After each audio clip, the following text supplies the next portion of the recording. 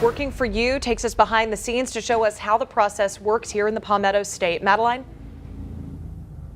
To buy a gun in South Carolina, it's as simple as picking out the gun you want, doing some paperwork, and getting a background check. But Congressman Tom Rice thinks that there might need to be some change to those background checks.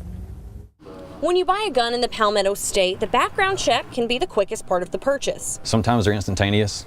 Sometimes they can take 15. I've seen them go 30, 45 minutes before. Gun stores must run a background check on anyone buying a gun. There's only one exception. If you have a South Carolina concealed weapons permit, you pretty much do your paperwork as always, and you walk out the door with the gun. You've already been vetted, so there's no need for a background check. The National Instant Criminal Background Check System has 3 databases. They screen for about 10 things, like a history of domestic violence, whether the buyer is an unlawful user or addicted to a controlled substance, or is in the U.S. illegally. When we run the background check, you will either get a proceed, a delayed, or a denied. One of the big conversations right now with background checks is how they're checking the mental health of a gun buyer. The state is required to report if a person has been legally declared as mentally defective or has been committed to a mental institution. But doctors are not required to report it to the state, so that information may not be in databases. If we had a better way of cross-referencing health records, if we had then maybe some of these people would have been identified and they wouldn't have had these guns that they shouldn't have had